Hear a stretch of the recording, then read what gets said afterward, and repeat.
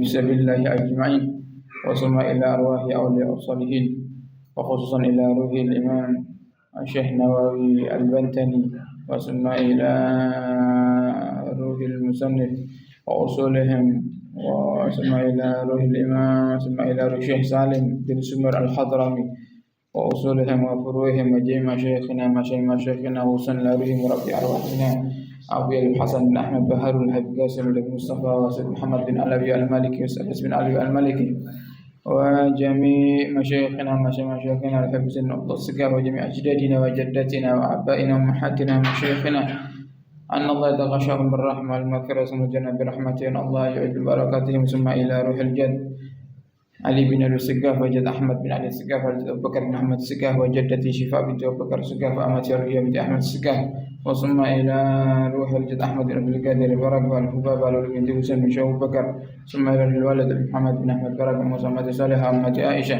وثم إلى روح الجد ملك الجسم وجدة سيادة وجدة مسلم أمن الأمشاهدي وأمة مريم ثم إلى روح أخينا جواد بن الإدريس ثم إلى روح بابا مرسنا ثم إلى روح الحاج أحمد سرسنا زوجتي ثم إلى سلامة بأسرات من الجمسي أحمد الجراد حاج أحمد سراد ثم إلى أبا إسماعيل وبعد دارين وبعد سيف الحادي وأصولهم وفروعهم أن الله يتغشاهم بالرحمة والمغفرة والجنة برحمة الله لبركاتهم وأعصارهم وأنوارهم الفاتحة في الدين والدنيا والآخرة بسر الفاتحة.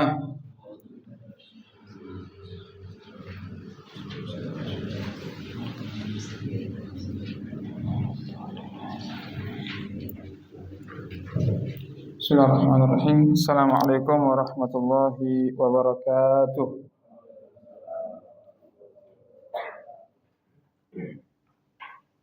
Alhamdulillah wassalatu wassalamu ala sayyidina Rasulillah sayyidina Muhammad ibn Abdullah wa ala alihi wa sahbihi wa man walah.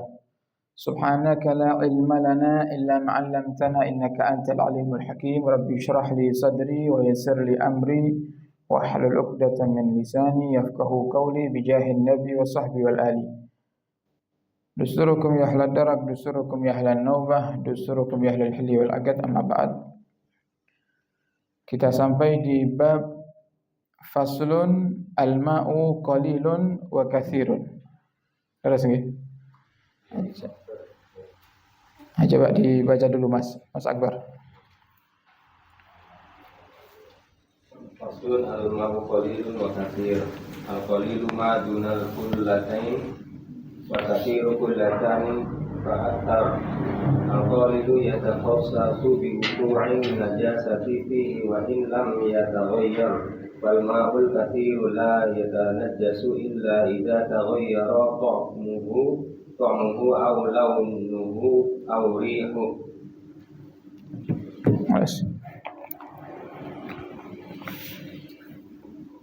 Pembahasan kita kali ini adalah yang berkaitan dengan air.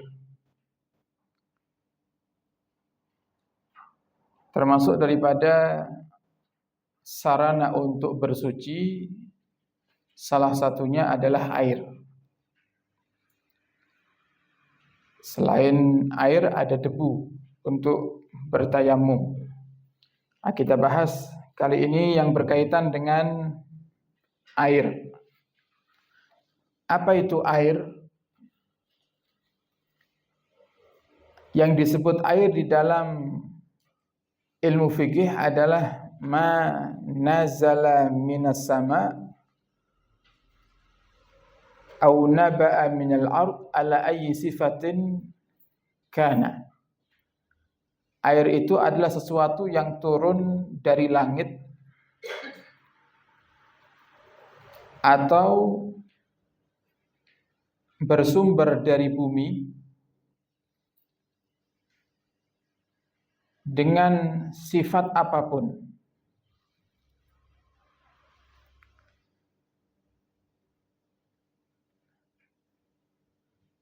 Dan semua yang turun dari langit itu dikatakan suci, sebagaimana Allah Subhanahu wa taala mengatakan dalam Al-Qur'an, wa anzalna minas sama'i ma'an tahura.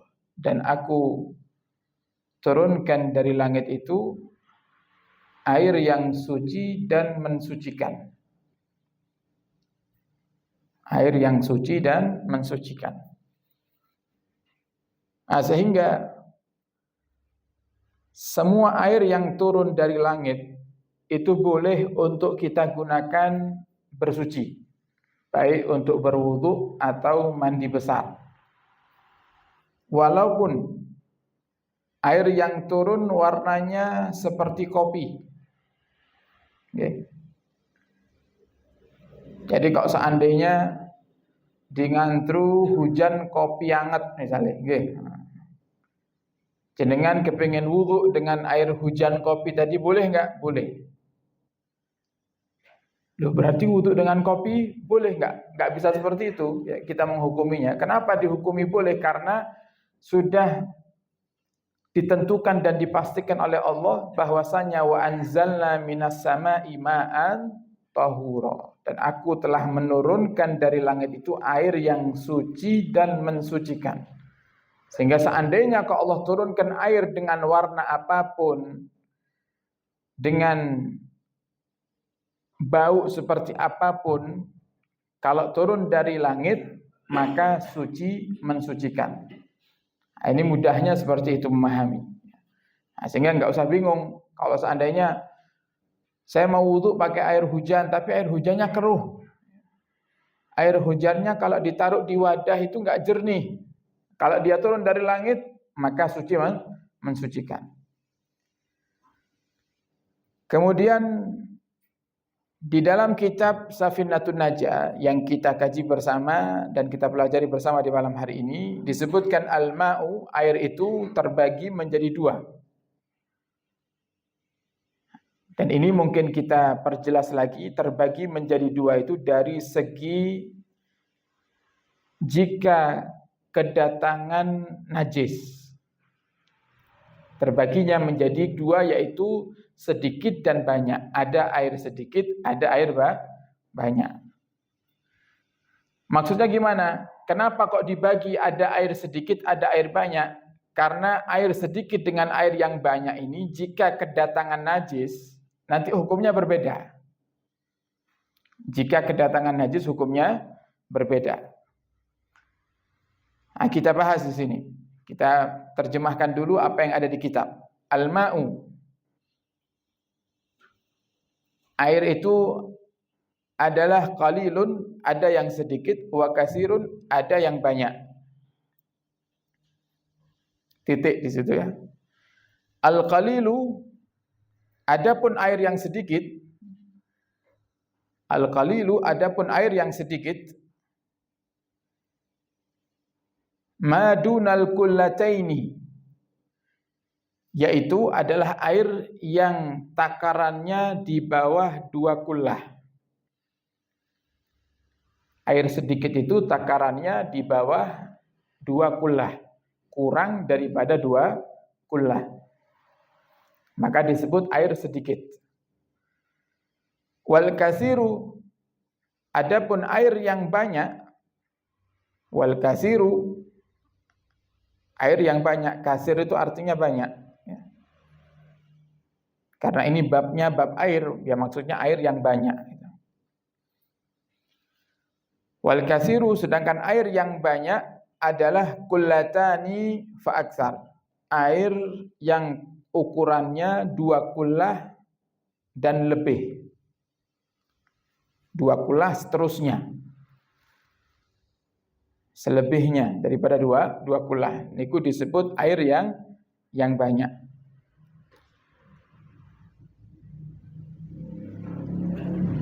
Titik. Al-qalilu, nah ini kenapa dibagi ada air sedikit, ada air banyak? Al-qalilu, air yang sedikit itu yatanajjasu, menjadi najis, biwuku'in najasati, dengan kejatuhan najis, fihi, di dalamnya. Yatanajjasu, menjadi najis, biwuku'in najasati fihi, dengan kejatuhan najis di dalamnya. Wa in lam yataghayyar, walaupun tidak merubah sifat airnya. Walaupun tidak merubah sifat airnya.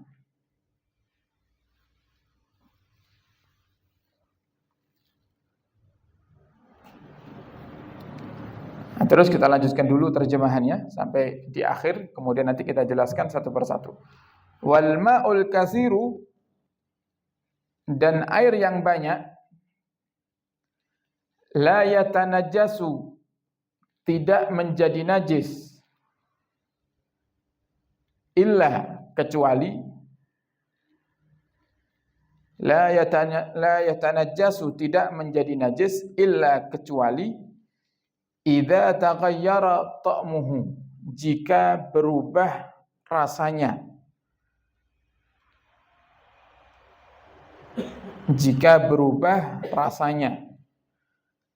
Au launuhu, atau warnanya. Au launuhu, atau warnanya. Au rihuhu, atau aromanya, baunya. Au rihuhu, atau baunya. Sekarang kita perjelas sedikit makna air qalil, al-ma'ul qalil wal ma'ul katsir. Air sedikit dan air yang banyak. Dikatakan sedikit itu kalau di bawah 2 kullah, kurang daripada 2 kullah. Dikatakan banyak kalau lebih, kalau ukurannya 2 kullah atau lebih. Nah, sekarang ukuran 2 kullah menurut ukuran umum termasuk Indonesia. Biasa kalau urusan air itu pakainya liter. 2 kullah itu Bapak Ibu setara dengan 216 atau 217 liter.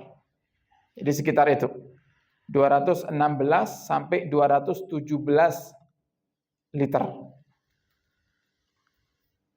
216 sampai 217 liter. Kalau ada air yang ukurannya 217 liter, maka dikatakan air yang banyak. Kalau kejatuhan kotoran, kejatuhan najis, semisal kotoran binatang, kotoran cicak atau kotoran napa mawon najis apapun, kalau airnya 217 liter atau lebih, dilihat berubah enggak airnya dari segi warna. Oh, warnanya enggak berubah. Baunya gimana? Oh, baunya enggak berubah. Kemudian apa tadi? Rasanya gimana? Oh, rasanya enggak berubah, maka air tersebut tidak najis. Jadi air banyak itu punya keistimewaan. Istimewanya kejatuhan najis selagi tidak berubah, maka airnya tidak najis. Air sak tandon. Nah, 1 tandon. Biasanya 1 tandon itu yang besar. Berapa? Oh, 300 liter. Nah, berarti kan lebih. Kalau penuh lebih daripada 2 kullah. Kejatuhan najis, maka airnya selama tidak berubah, tidak dihukumi najis. Tapi kalau air yang di bawah 2 kullah, di bawah 216 atau 217 liter, nah, semisal air di botol ini, air mineral, ini enggak sampai 1 liter. Ini masuk kategori al-ma'ul qalil, air sedikit. Bagaimana hukumnya air ini jika kejatuhan najis? Hukum air yang sedikit, 1 botol atau di bawah 217 liter, jika kejatuhan najis, hukum airnya najis walaupun enggak berubah. Jadi dia kejatuhan najis, enggak berubah airnya. Kecipratan misal, ada 1 ember air, kemudian panjenengan punya putra tasih alit, buang air kecil sambil berdiri nyiprat. Nyiprat ke dalam ember yang kecil tadi. Nah, gimana hukum air yang di ember? Panjenengan ngelihat itu. Cipratan daripada air kencingnya jenengan ngelihat. Bagaimana hukum air di embernya? Jenengan lihat, diangkat airnya nggak bau. Warna tetap tidak berubah, jernih warnanya. Rasa juga tidak berubah. Tapi karena airnya sedikit, hukumnya najis. Tapi kalau air yang banyak, kejatuhan najis kok nggak berubah, rasanya nggak berubah, warnanya tidak berubah, baunya juga tidak berubah, maka hukum airnya tidak najis. Sampai sini Bapak paham gitu Bapak Ibu?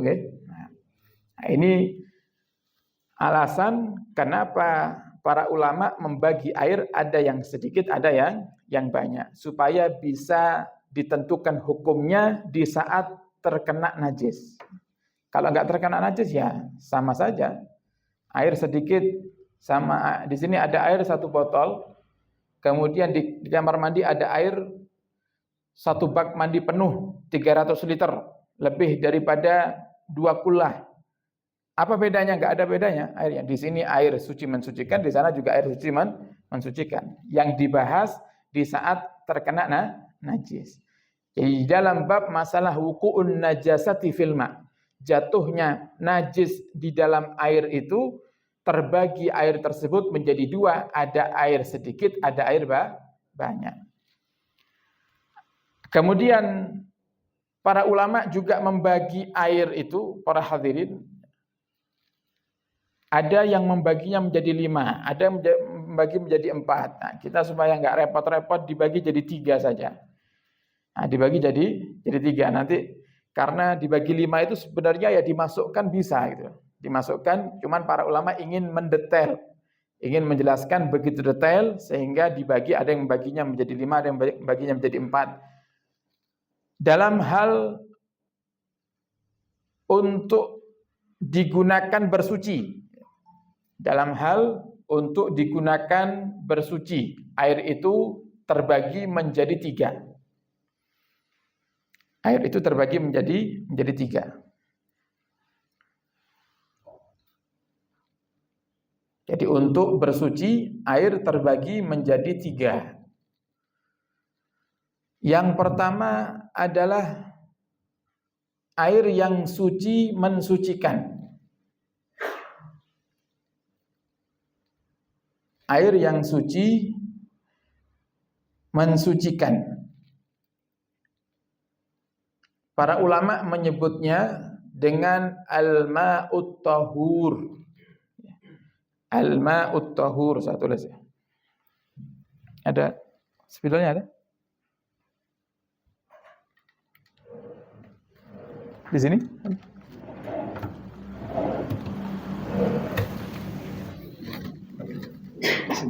Ini potong beri.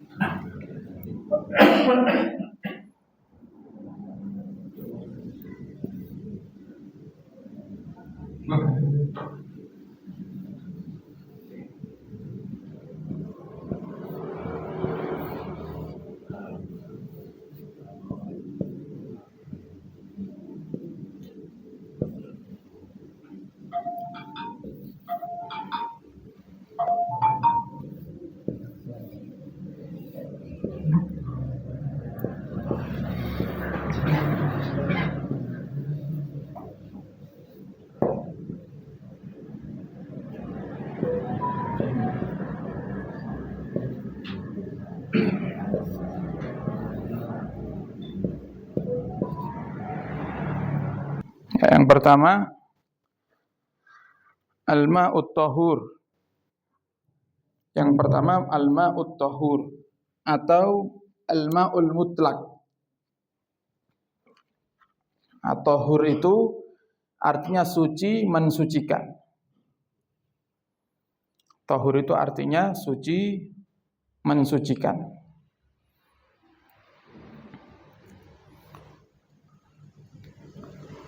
Atau juga disebut oleh para ulama dengan al-ma'ul mutlak, air yang mutlak.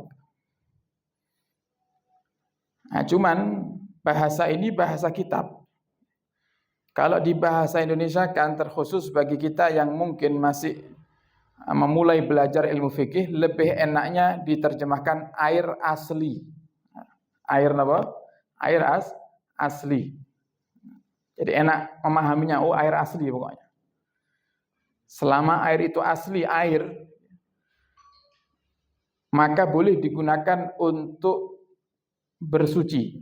Jadi airnya suci dan mensucikan.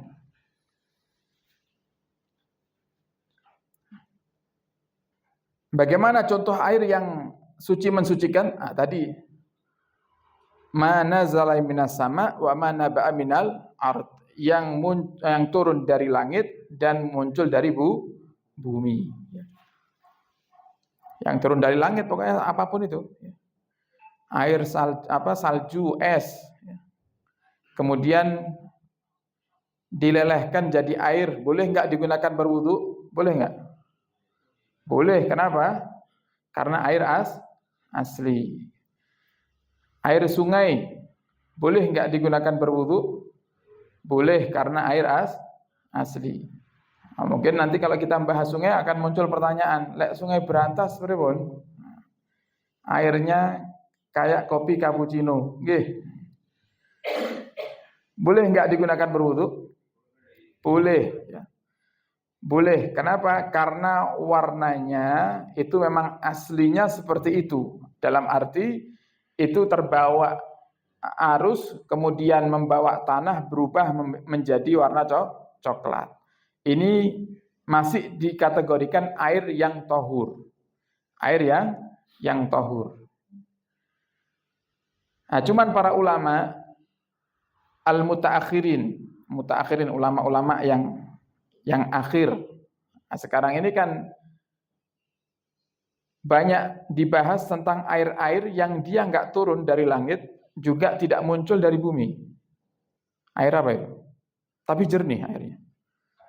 Air AC. Pernah nadai air AC nggih? Air AC itu kan jernih. Boleh enggak dibuat untuk berwudu itu? Kan tadi katanya air mutlak, air tahur itu adalah air yang turun dari langit dan air yang keluar dari bumi. Dan sekarang air AC boleh enggak digunakan untuk berwudu? Jenengan cium yang enggak ada baunya, sama seperti air pada umumnya, cuman enggak turun dari langit air ini, juga tidak muncul dari bumi. Nah, maka para ulama mutaakhirin membahas air yang tahur, air mutlak itu. Ini pendapat pertama, ya. Air mutlak itu di dalamnya terkandung ada hidrogen dan ada oksigen. Dan air AC juga mengandung hal tersebut. Sehingga para ulama mengatakan air AC itu boleh digunakan untuk berwudu. Boleh digunakan untuk bersuci, mandi besar, boleh. Walaupun tidak bagus untuk diminum. Tidak baik untuk diminum.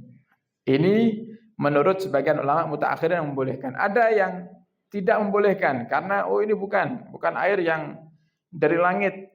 Jadi masih pakai kaidah ulama salaf, ulama terdahulu.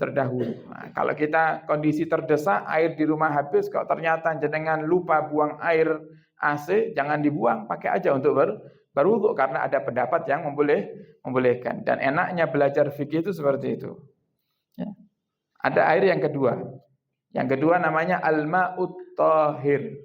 Kalau tadi tahur, kalau sekarang tahir. Apa tahir itu? Tahir itu suci artinya. Air yang suci tapi tidak mensucikan. Air yang suci tapi tidak mensucikan. Kalau tadi yang pertama tahur, air suci dan mensucikan. Air suci dan mensucikan. Jenengan pakai wudu yang golongan air pertama boleh.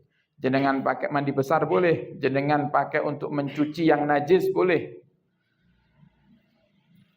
Tapi kalau air yang kedua, dia suci tapi tidak mensucikan. Airnya suci, tapi nggak bisa mensucikan yang lain. Itu yang kedua. Namanya air apa? Tahir. Kalau tadi tahur, yang pertama, kalau sekarang apa? Tahir. Contohnya apa? Hah?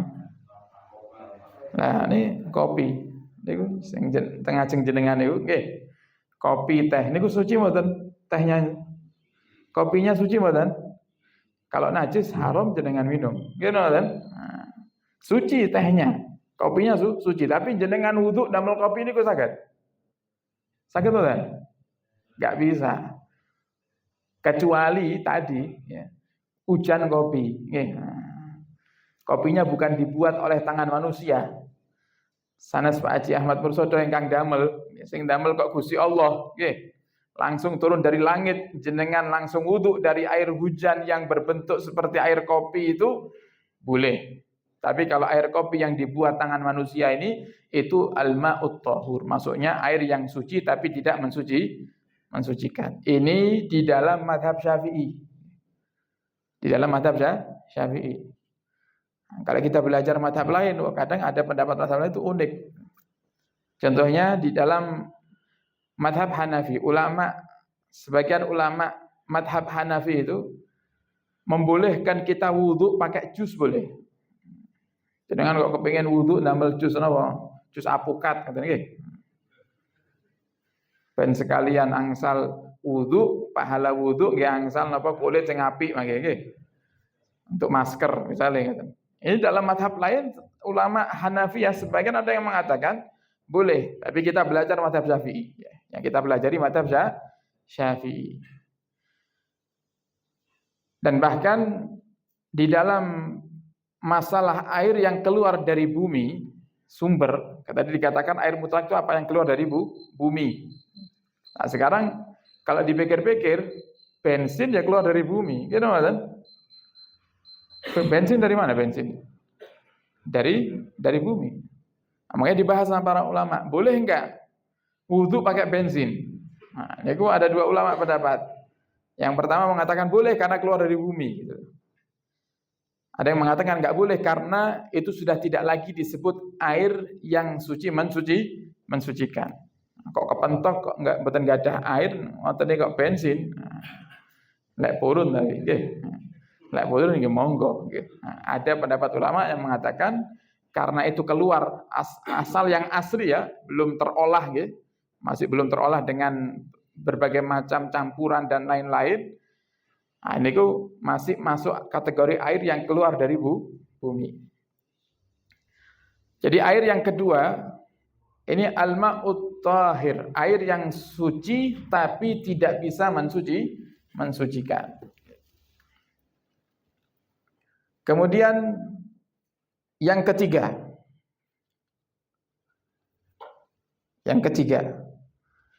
al-ma'un najis, air yang najis. Nah ini saya gabungkan, nggak perlu dipisah supaya nggak ribet. Ya. Atau mutanajis. Nah ini supaya kita paham, para hadirin, beda di dalam ilmu fikih itu najis dengan mutanajis, itu beda. Tapi biasanya orang itu pukul rata. Semuanya ngomongnya najis. Di dalam ilmu fikih, kalau najis itu sudah nggak bisa diapa-apakan lagi. Sudah najis 100%. Contoh, nggak bisa disucikan. Najis nggak bisa disucikan. Contoh apa? Kotoran binatang, kotoran ayam bisa disucikan. Bisa nggak? Nggak bisa. Tapi beda kalau mutanajis. Mutanajis itu sesuatu yang tadinya suci kemudian terkena najis dan bisa disucikan. Itu namanya mutanajis. Di antara mutanajis misal pakaian kita kejatuhan najis. Orang kan bilang pakaianmu najis kan gitu ya. Itu bahasa umum, tapi kalau bahasa fikih disebutnya mutanajis. Kenapa? Karena masih bisa disucikan. Dihilangkan najisnya, kemudian menjadi suci kembali. Termasuk yang bisa dihilangkan najisnya adalah air.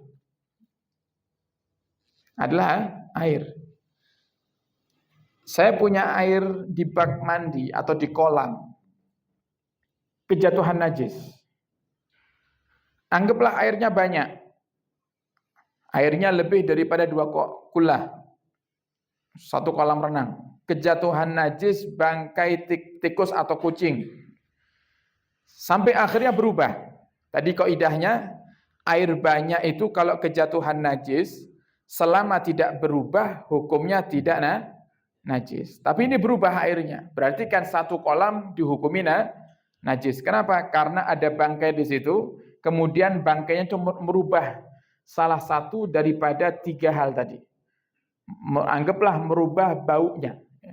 1 kolam, airnya jernih, warnanya jernih, kemudian rasanya tetap, tapi aromanya busuk. Karena kena najis. Nah, saya mau buang air ini, kemudian nanti saya mau beli lagi, itu harga air mahal. Mau datangkan air 1 tangki atau 2 tangki mobil itu mahal. Bagaimana caranya? Tinggal ditambah air. Ditambah air lagi. Terus sirami air. Sampai kapan? Sampai baunya hilang. Kalau sudah baunya hilang, maka air itu disebut dengan air yang suci. Nah, makanya ada air mutanajis. Air yang dia terkena najis tapi masih bisa disucikan. Ada air yang najis dan nggak akan pernah bisa disucikan. Seperti apa? Air kencing bisa disucikan? Nggak bisa. Nggak bisa. Mohon maaf, kotoran. Misal kotoran bayi. Bayi buang kotoran. Gimana hukum kotoran bayi? Najis. Kecuali kok ternyata bayi tadi itu tanpa sepengetahuan orang tuanya dia makan kelereng. Nah, karena kelereng tidak bisa diolah di perut bayi, dicerna di perut bayi, keluarnya tetap ke kelereng. Nah, keluarnya kelereng itu hukum kelerengnya gimana? Mutanajis. Jadi dicuci kelerengnya. Nah, kalau sekarang itu kan ada namanya apa? Kopi luwak. Nah, ini masuk bab ini. Masuk mutanajis. Jadi boleh enggak makan kopi luwak? Nah, dilihat bentuknya biji kopi itu sebelum dimakan seperti apa dan setelah keluar dari perut luwak itu seperti apa. Kalau ada perubahan maka dikatakan najis. Karena sudah berubah bentuk. Tapi kalau tidak berubah bentuknya, tetap seperti itu modelnya, kemudian panjenengan cuci bersih dengan air yang suci mensucikan, maka menjadi suci, menjadi bersih. Nah, karena tadi disebutnya mutanajis. Nah, kemudian tadi saya katakan para hadirin ada sebagian ulama itu yang membaginya menjadi 5. Apa saja jadi 5 itu? Ini 3. Kemudian yang tadi yang terakhir ada al-ma'un najis, ada al-ma'ul mutanajis. Itu dipisahkan sendiri. Kalau al-mutanajis dipisahkan berarti sudah 4. Ditambah lagi dengan air musammas. Nah, cuman air musammas itu masih masuk kategori air yang pertama. Air musammas itu apa? Musammas itu diambil dari kata samas. Samas itu matahari. Air yang kena panas matahari. Cuman air musammas ini kenapa jarang dibahas? Karena memang di Indonesia tidak ada air musammas. Ya, di Indonesia tidak ada air musammas. Di Indonesia ada matahari. Tapi air yang kena matahari, kena panasnya matahari di tandon rumah kita itu masih belum dikategorikan air musammas. Nah, sedikit kita bahas apa sih air musammas itu supaya kita paham. Kalau kita berada di negara-negara yang panasnya berlebih. Jadi disebut air itu musammas, syaratnya yang pertama ada di negara yang panasnya berlebih. Seperti apa? Arab Saudi. Kalau sudah musim panas sampai 50 derajat Celcius. Kemudian airnya berada di bejana, tempat yang wadah yang terbuat dari besi atau dari sesuatu yang seperti besi. Nah, kemudian kena panas matahari. Nah, ini air para hadirin dipakai hukumnya makruh. Dipakai hukumnya apa? Makruh. Tapi masih bisa digunakan bersuci, masih bisa. Nah, sehingga masih masuk kategori yang pertama, cuman bedanya hukumnya makruh untuk menggunakannya. Nah, tidak perlu dibahas lebar karena di Indonesia tidak masuk dalam kriteria panas yang seperti di Arab Saudi. Jadi walaupun kita ngerasakan air itu sangat panas sebab kena sorot daripada cahaya matahari atau panasnya matahari, tetap dia tidak sepanas air yang berada di negara yang sangat panas seperti Afrika, Arab Saudi, kemudian airnya berada di sebuah wadah yang terbuat dari besi atau dari bahan lain yang mirip seperti besi. Nah, kemudian para hadirin, ini mukaddimah dari pembahasan tentang air yang cukup untuk bekal kita memahami mana air yang boleh digunakan untuk berwudu dan mana air yang tidak boleh digunakan untuk berwudu.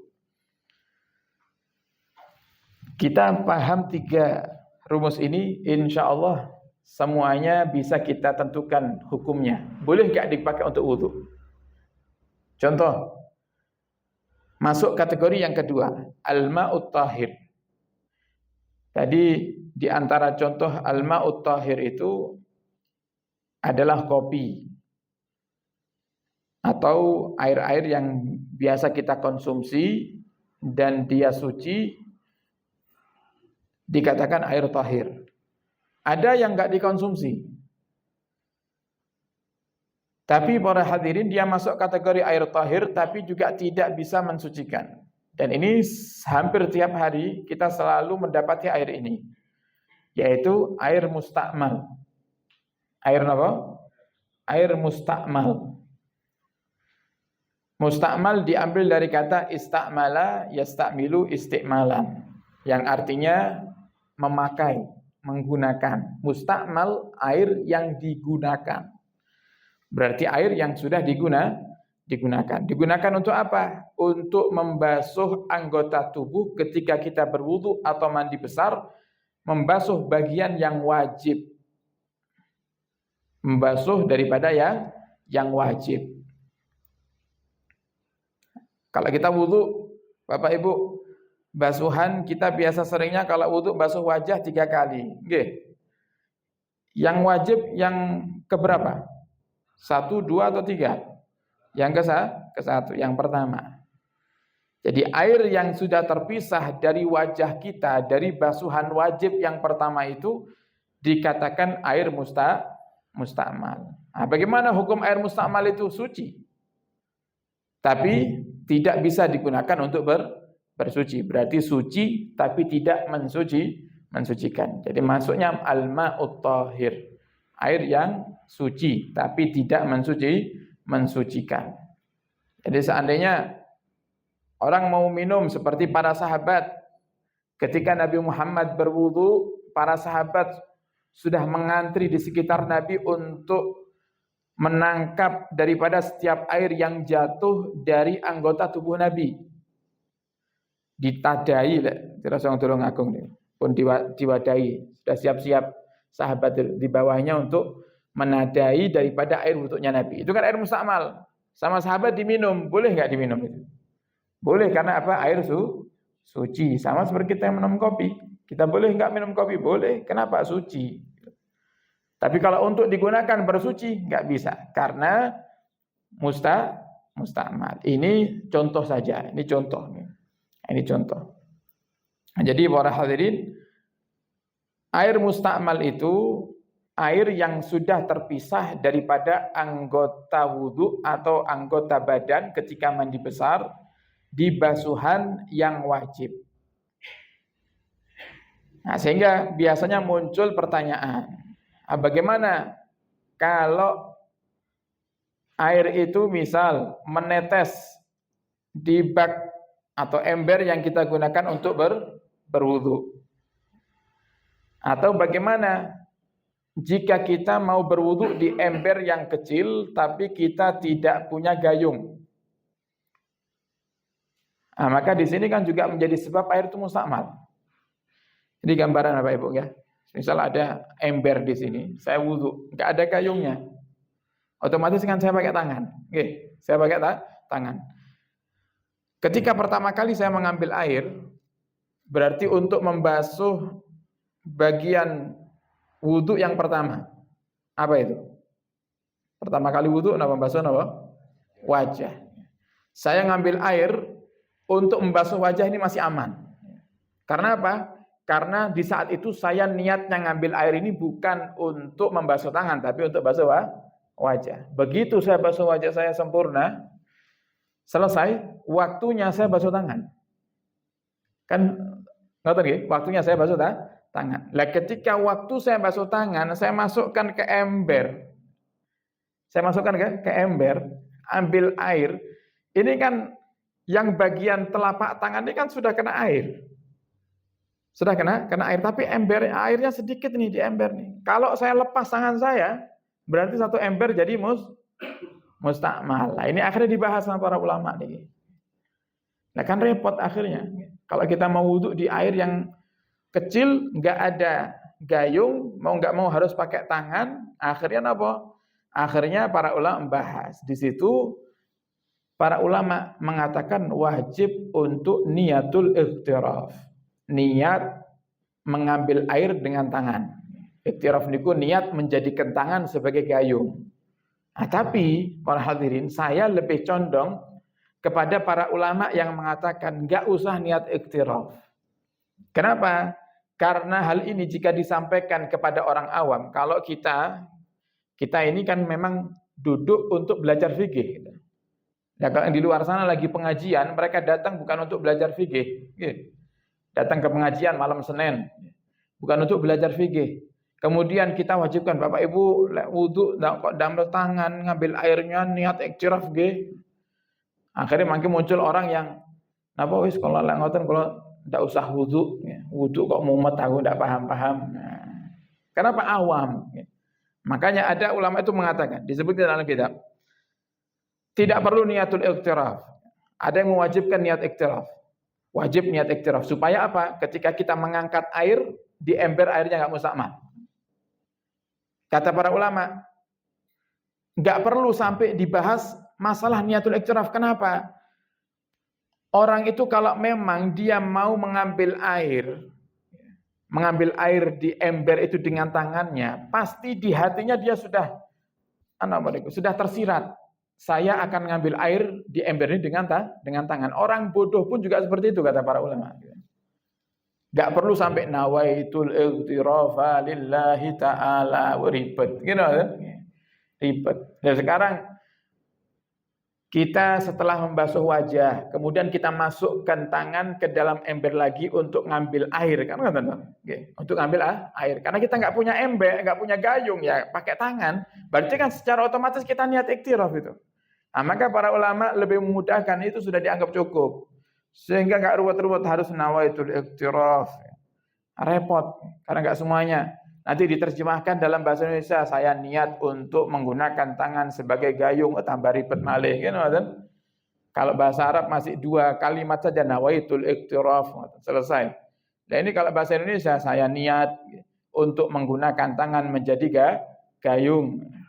Repot, sehingga para ulama membahas hal itu tidak perlu sampai didetailkan semacam itu. Ini tambahan faedah para hadirin yang berkaitan dengan air. Jadi air terbagi menjadi 3 di dalam segi hukumnya. Yaitu ada air yang suci mensucikan, ada air yang suci tapi tidak bisa mensucikan, dan ada air yang najis atau mutanajis. Air yang najis atau mutanajis. Nah, kemudian sedikit para hadirin kita membahas tentang afdhaliyatul ma', tentang keutamaan air. air yang terbaik. Mungkin sudah pernah kita bahas di dalam satu syair dikatakan wa afdhalul miyahi ma'un qad naba.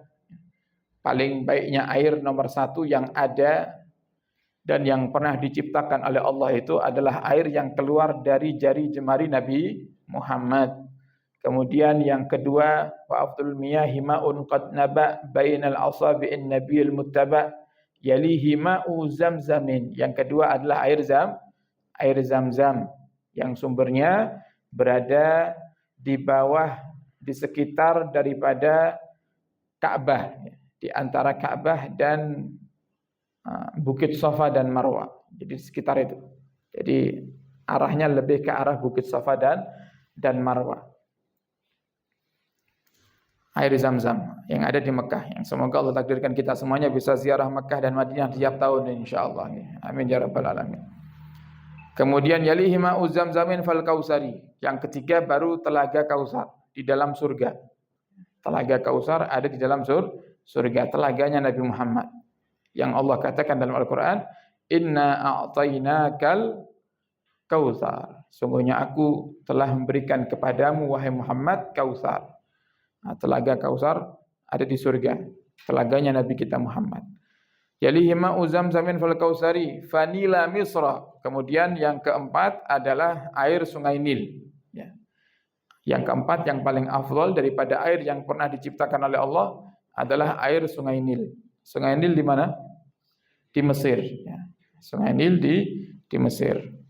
Kemudian yalihi ma'u zamzamin fal kausari fanila misra summa bakil anhari. Kemudian air-air yang ada di sungai selain daripada sungai Nil. Jadi air-air yang di sungai itu lebih afdal. Air-air di sungai, ya sungai apapun itu, ya, masuk sungai Berantas, ya, masuk sungai-sungai yang ada di Indonesia, itu juga termasuk air yang lebih diberkahi karena langsung dari Allah Ta'ala. Ya. Karena langsung dari Allah Ta'ala. Nah, ini sedikit tambahan faedah terkait air yang paling afdal yang ada di dunia ini, yang pernah diciptakan oleh Allah Ta'ala. Wallahu a'lam bishawab. Ada yang ditanyakan? Kalau saya bisa jawab, saya jawab. Ya, Mas Akbar. Tadi terkait air najis. Tadi katanya untuk disucikan kan ditambah sampai baunya hilang. Hanya baunya saja atau hanya baunya saja? Enggak, sampai semuanya. Jadi air itu dikatakan najis, ya, dikatakan najis jika terkena najis itu bukan harus semuanya ada. Jadi kan tadi ada 3, dilihat dulu warnanya, baunya sama rasanya. Oh dia warnanya tidak berubah, baunya juga tidak berubah, tapi rasanya berubah, najis. Kalau di 3-tiganya ya sama, apalagi gitu. Kalau kemudian kita mau menjadikan air itu suci, karena tadi kan hukumnya mutanajis, menjadikan suci ya ditambah sampai semuanya hilang. Sampai semuanya hilang. Nah, kecuali yang memang tidak bisa hilangnya karena sudah melekat, dalam arti melekat itu seperti susah untuk hilang. Susah untuk dihilangkan, sudah dibersihkan sebersih-bersihnya, tapi ternyata tidak bisa hilang. Nah, di sini disebutkan turuq tathhiril ma'in najis. Ada 3 cara untuk menghilangkan atau merubah air yang najis menjadi suci. Yang pertama didiamkan. Tapi ini sangat sulit terjadi. Yang pertama didiamkan. An yadhura binafsihi. Sebagai contoh, kita punya air kejatuhan najis dan kita melihat ada perubahan di situ, air banyak di kolam, kejatuhan najis, ada perubahan di situ. Kemudian kita sudah paham, ini hukumnya air najis sudah. Air ini mutanajis. Kok ternyata lama tidak pernah kita sentuh, kemudian kita lihat kembali, ternyata air itu sudah tidak ada ciri-ciri najisnya. Tidak ada baunya, tidak ada rasanya, tidak ada warnanya. Maka hal itu dihukumi daripada suci. Tapi ini khusus untuk air yang banyak. Ya. Tadi kan air 2, ada air sedikit, ada air banyak. Kalau di botol air mineral ini, kemudian kita diamkan najisnya ternyata hilang, tetap hukumnya najis karena air sedikit. Yang kedua, yaitu dengan cara tadi, dengan cara ditambah air. Terus di basa Surabaya digerojoki air, terus diisi air sampai yang tadinya berwarna dengan warna najisnya menjadi jernih kembali. Yang tadi ada bau menjadi hilang baunya. Yang tadi ada rasa seperti rasa najis menjadi hilang rasa najisnya.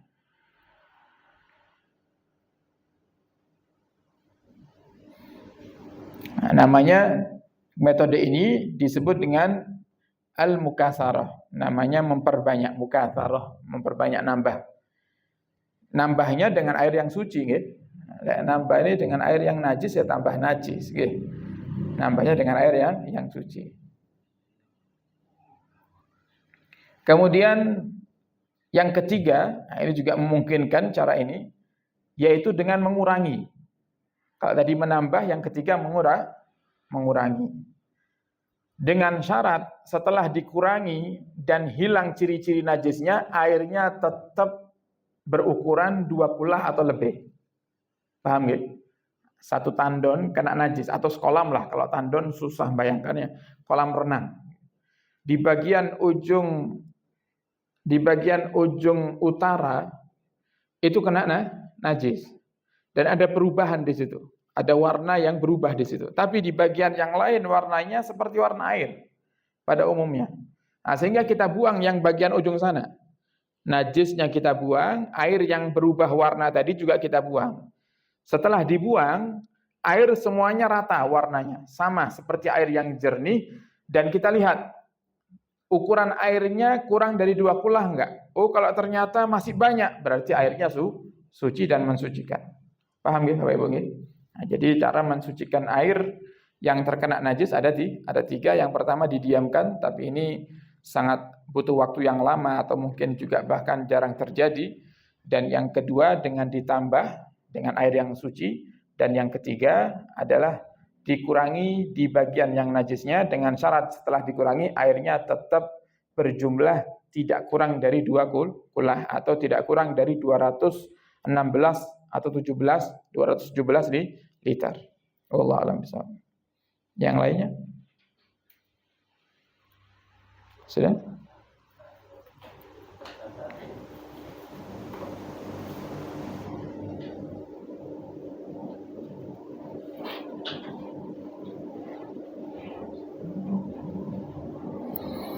Nah, gimana kalau seandainya saya punya air di 5 ember besar dan semuanya mutanajis.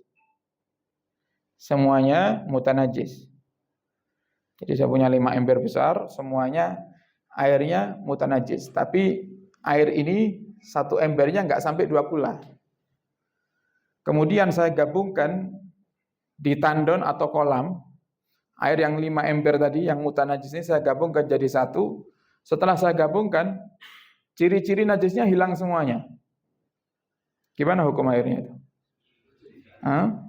Gimana hukum airnya? Saya punya 5 ember najis. Begitu saya satukan semua 5 ember ini, ternyata malah hilang daripada ciri-ciri najisnya. Gimana hukumnya? Hukumnya suci hukumnya ya. Walaupun setelah itu jangan balikkan lagi ke ember lagi. Nah, itu uniknya belajar seperti itu ya. Setelah dicampur di kolam, disatukan di kolam, lah kok malah bersih airnya itu. Malah hilang ciri-ciri najisnya. Kemudian jenengan baliknya malah tang ember yang 5 tadi. Hukumnya suci. Suci tapi tidak mensucikan. Suci mensucikan, tahur. Jadi tahur. Kalau yang tidak mensucikan namanya apa tadi? Tahir. Tahur.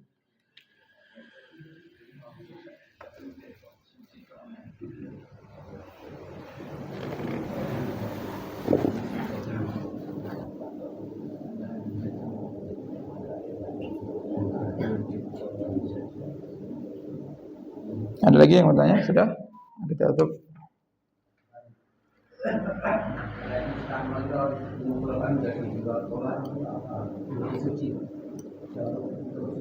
Iya, air kalau dikumpulkan jadi banyak jadi suci. Kalau kalau apa namanya? Kalau jadi seperti tadi, ya, seperti najis. Jadi kalau air mustakmal itu kalau jatuhnya di air yang banyak, air yang banyaknya nggak pengaruh. Pengaruh itu kalau airnya sedikit. Saya wudhu setelah membasuh wajah, kan air itu menetes dari wajah saya. Saya bisa menghindarkan air itu dari supaya tidak jatuh ke ember yang kecil. Tapi sengaja saya jatuhkan ke dalam ember. Maka airnya semuanya jadi mustakmal. Tapi kalau di air yang banyak, seperti kita wudhu di kolam renang atau di tempat wudhu yang seperti masjid-masjid zaman dulu, ya, ada tempat wudhunya masih dibangunkan bak mandi yang sangat besar sekali sehingga wudhunya langsung kita cuci wajahnya ya di bak mandi tersebut, maka air yang jatuh tidak menjadikan air yang ada itu mustakmal karena airnya banyak.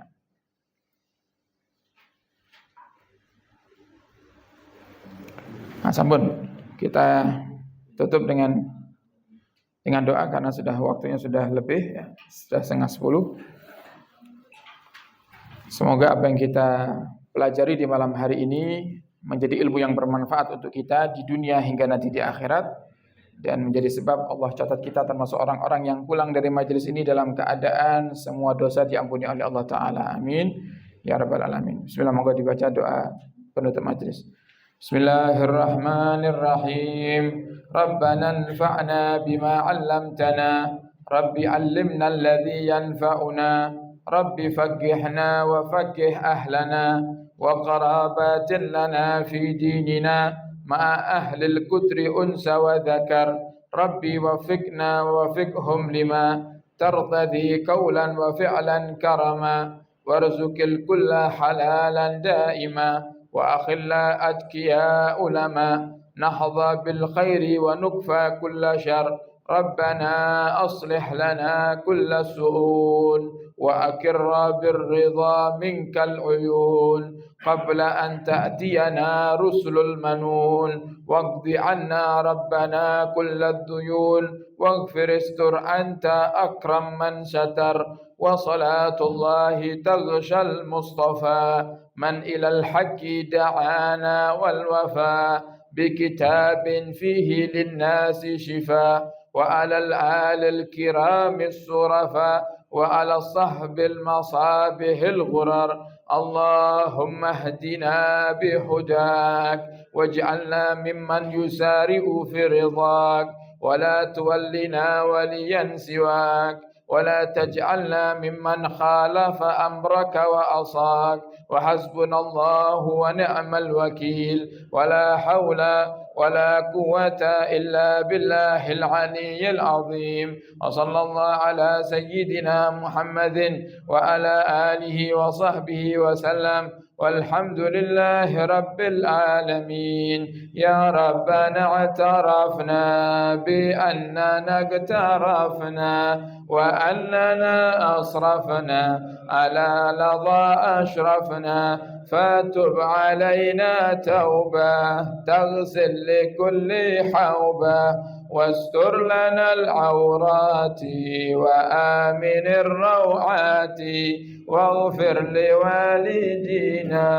ربي ومولودينا والآل والإخوان وسائر الخلان وكل ذي محبة أو جيرة أو صحبة والمسلمين أجمع آمين. ربي اسمع فضلا وجودا منا لا باكتساب منا بالمصطفى الرسول نحظى بكل سول بالمصطفى الرسول نحظى بكل سول بالمصطفى الرسول نهضى بكل سول صلى وسلم ربي عليه عد الحبي وآله وصحبه عدد تصي سحبي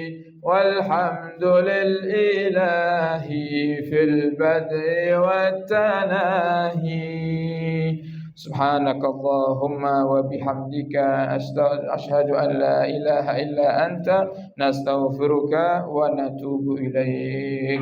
السلام عليكم ورحمة الله وبركاته.